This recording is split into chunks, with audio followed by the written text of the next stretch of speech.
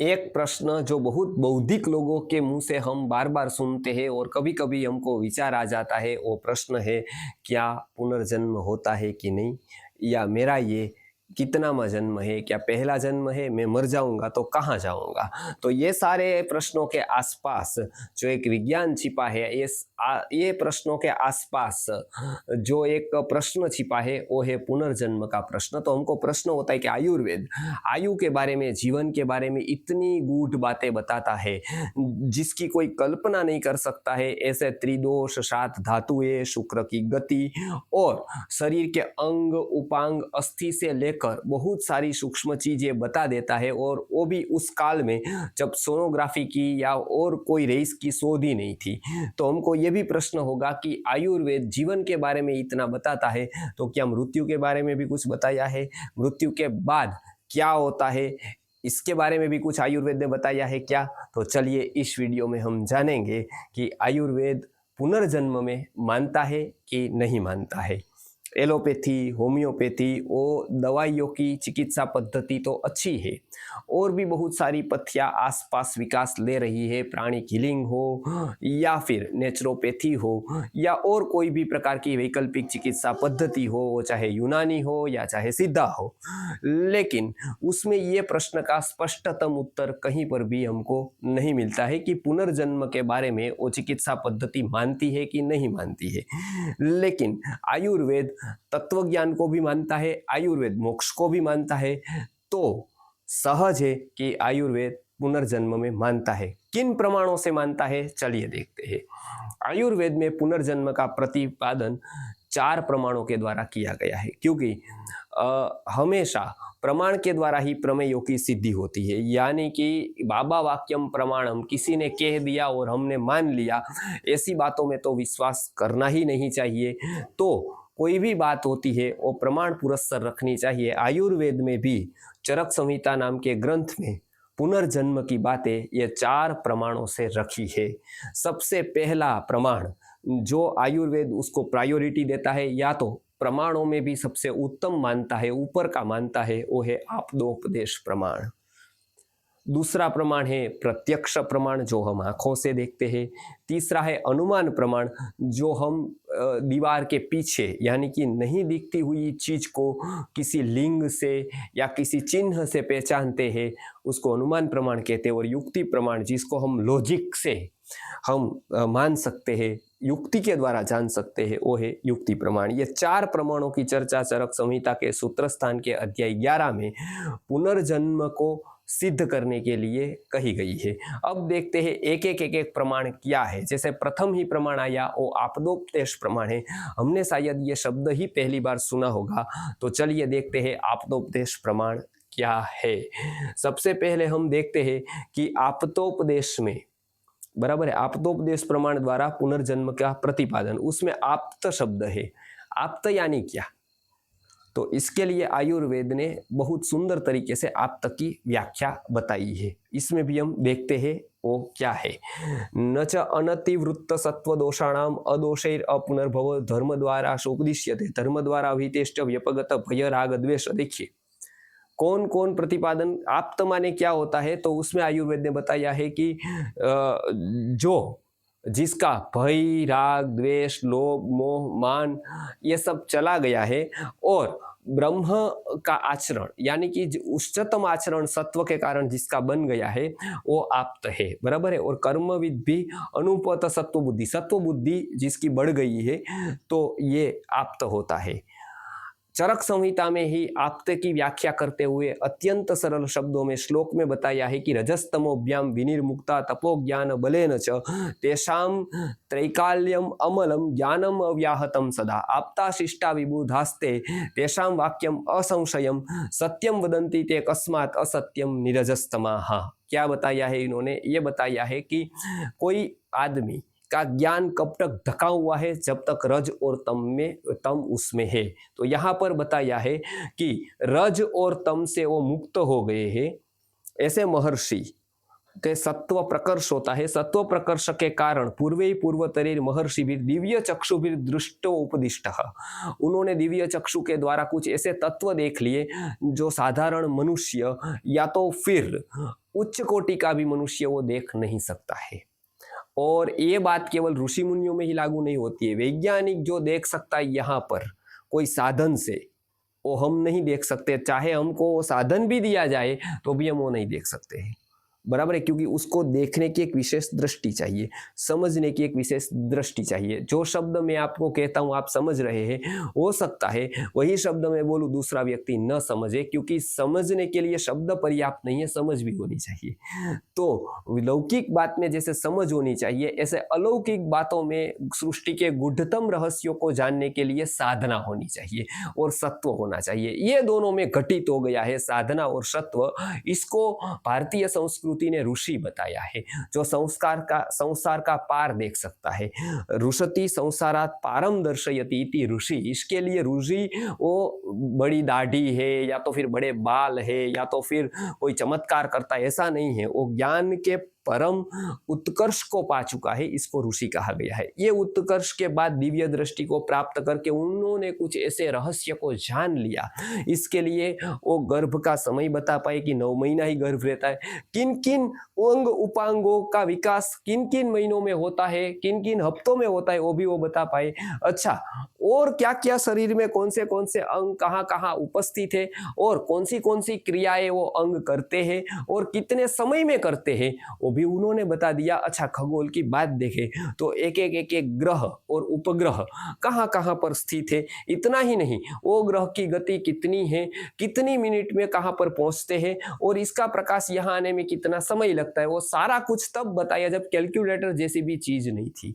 तो ये सारा साधना मार्ग के में जाकर जो प्राप्त कर लिया तो उनको आप्त कहा गया। अब उन्होंने तो जान लिया, उसके बाद क्या कहा, तेषाम वाक्यम असंशयम, वो जो बताते हैं उसमें संशय नहीं करना चाहिए। क्यों संशय नहीं करना चाहिए, तो उसका भी कारण बता दिया। क्या, सत्यम वदंती ते कस्मात असत्यम निरजस्तमाः। अन्वयी इसको तरह से असत्य क्यों बोलेंगे, क्योंकि असत्य का जो कारण है रज और तम वो तो उनमें चला गया है, तो सत्य ही बोलेंगे।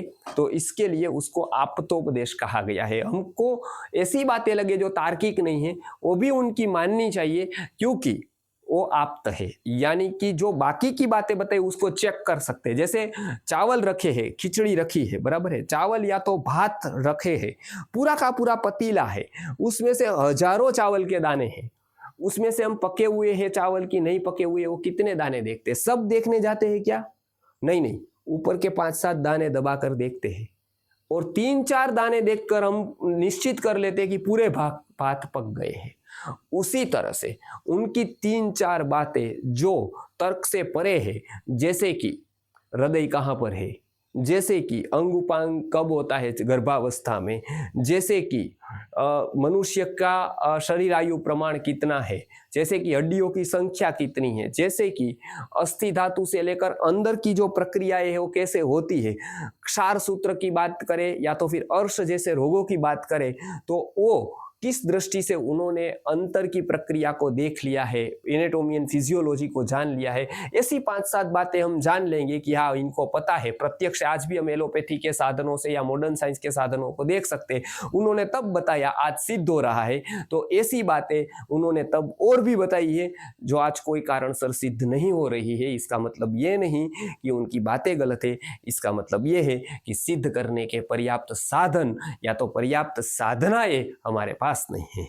तो ये आप्तोपदेश का जो महत्व आयुर्वेद ने स्वीकार किया है और उस आप्तोपदेश के द्वारा भी उन्होंने इतनी सारी बातें बताई। और हाँ, एक नीम के गुण आप जीवन भर लैब में बैठ जाओ, एक नीम के गुण को पता करने के लिए आपको एक जीवन चाहिए, तो ऐसी 2000 वनस्पतियों के सूक्ष्म गुण बताए हैं। आज भी आप वो वनस्पति लो, आज भी आपके शरीर में वही चेंजेस होंगे जो उस समय उन्होंने लिख दिए हैं।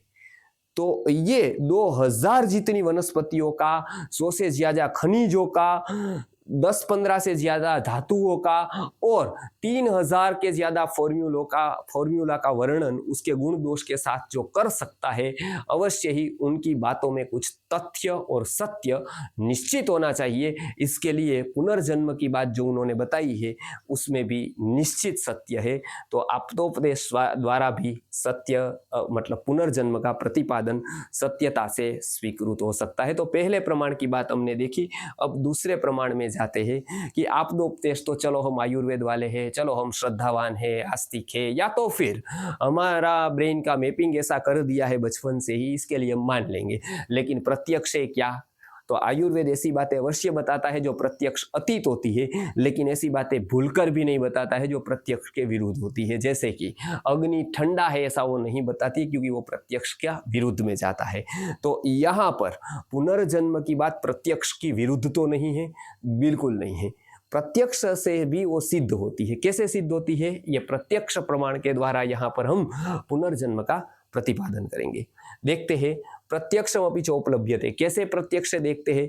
मात्रो पितृ विसुदृश्यानि अन्य अपत्यानि तुल्य संभवानां वर्णस्वराकृति सत्वबुद्धि भाग्य विशेषा प्रवरावर कुल जन्म दास्यैश्वर्यं सुखा सुखमायुः आयुषो वैषम्यम इह कृतस्य अवाप्ति अशिक्षितानां च। पहली बात बता दी क्या? देखो, जुड़वे बच्चे आते हैं, ट्विंस, वो दोनों के माता पिता एक, दोनों के गर्भ का काल एक, दोनों की जन्म तक की सफर एक तरीके की, गर्भ में भी दोनों का पालन पोषण एक तरह का, दोनों ने जो बातें सुनी, दोनों का जो भाव असर किया माता का, वो दोनों का एक तरीके का, दोनों का वातावरण एक तरीके का, और दोनों में भी बहुत अंतर मिलता है हमको। वो दोनों में अंतर कहाँ से आया? क्योंकि हम यदि कहें कि गर्भावस्था में, तो दोनों की गर्भावस्था का समय एक है, दोनों का जन्म समय भी शायद एक ही है, तो दोनों में अंतर कैसे रहा? तो हम देख सकते हैं कि कुछ ऐसा विशेष था जो दोनों में अलग अलग था, वही आत्मा है और वही उस जन्म से यहाँ पर आया है। तो ये पहला प्रत्यक्ष प्रमाण।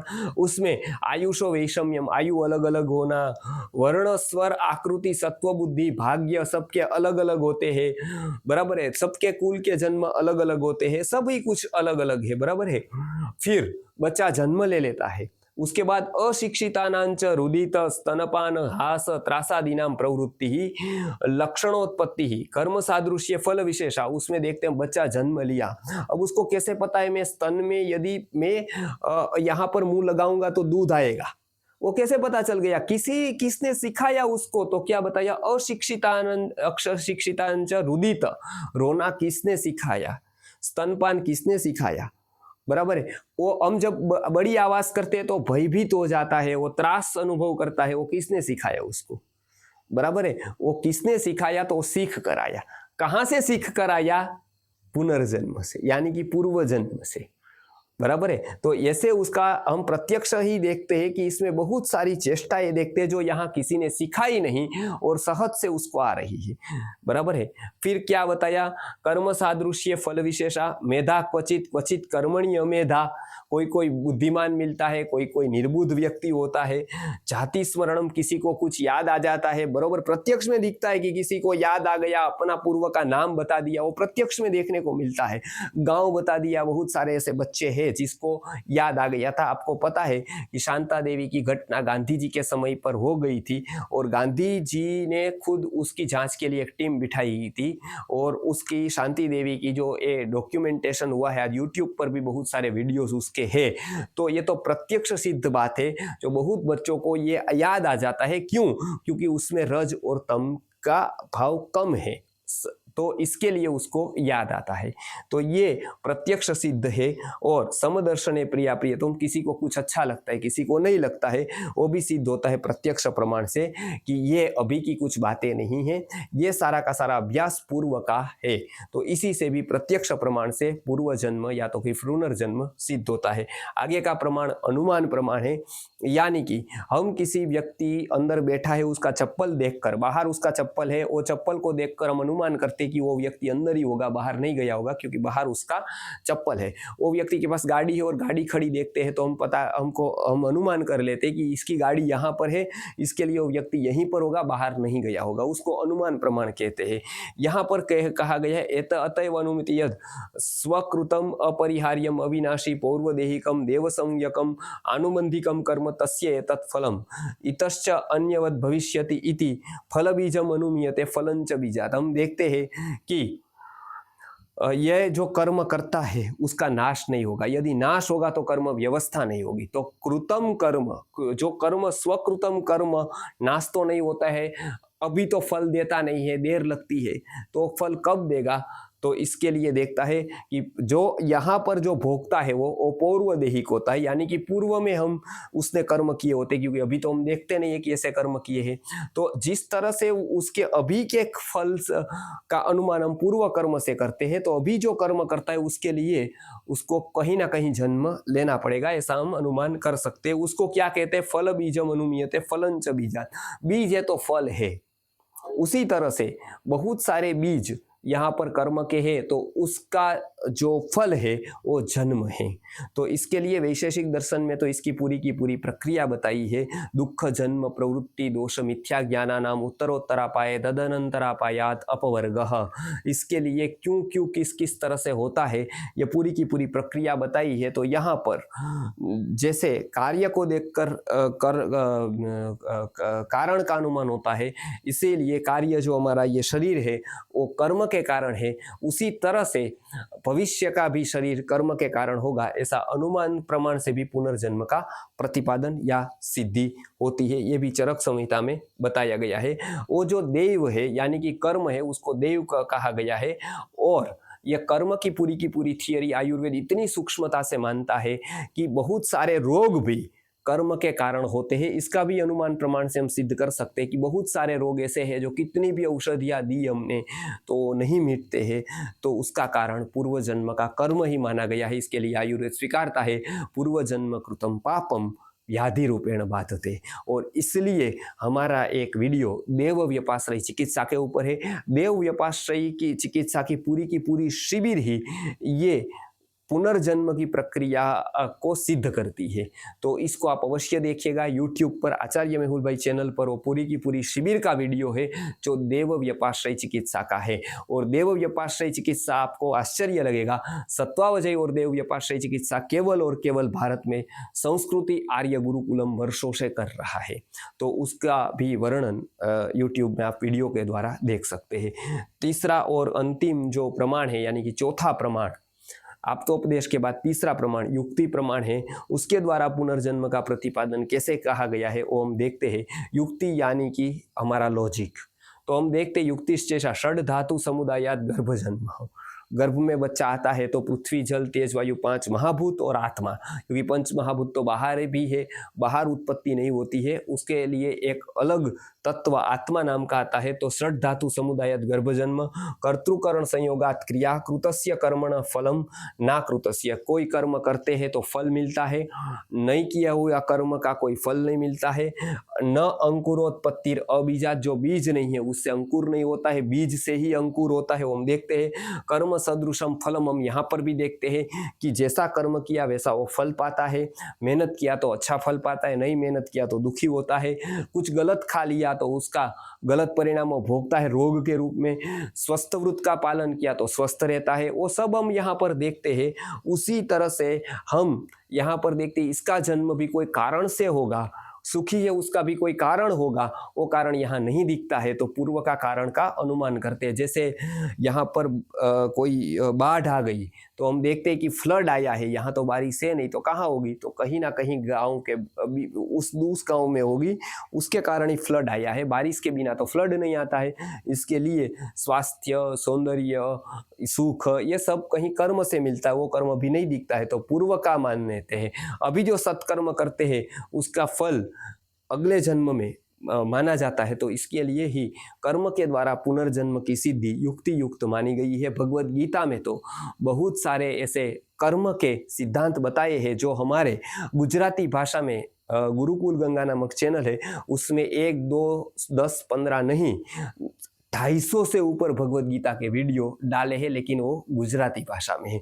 आपको हिंदी में जानना है तो भी कुछ वीडियो भगवत गीता के ऊपर हमने हिंदी में भी आचार्य मेहुल भाई नामक चैनल पे डाले हैं। तो ये यहाँ पर युक्ति प्रमाण के द्वारा पुनर्जन्म का प्रतिपादन किया गया है। आयुर्वेद कर्म का निरूपण मानता है, इसके लिए कर्म न्याय के सिद्धांत के अनुसार भी पुनर्जन्म होता है। इसके लिए आयुर्वेद में केवल पैसों के लिए चिकित्सा करने का नहीं बताया है, तो ऐसा बताया गया है कि अथ भूत दयाम प्रति, यानी कि कुछ ऐसी राशि प्राप्त करनी है, ऐसा कुछ कमा लेना है जो हम उसको साथ में जाकर आगे की यात्रा कर सके। वो आगे की यात्रा यानी क्या? आगे की यात्रा यही हमारा पुनर्जन्म। और भी आगे ऐसे रसप्रद आयुर्वेद के वीडियो लेकर हम फिर आएंगे। फिलहाल ये चरक संहिता के बारे में जो प्रमाण के द्वारा पुनर्जन्म की सिद्धि की गई है उसके बारे में हमने यहाँ पर बताया। आगे के ऐसे ही रसप्रद वीडियो हमारे दोनों चैनल पर उपलब्ध है, आप उससे बिल्कुल निःशुल्क जानकारी ले सकते हैं। नमस्कार।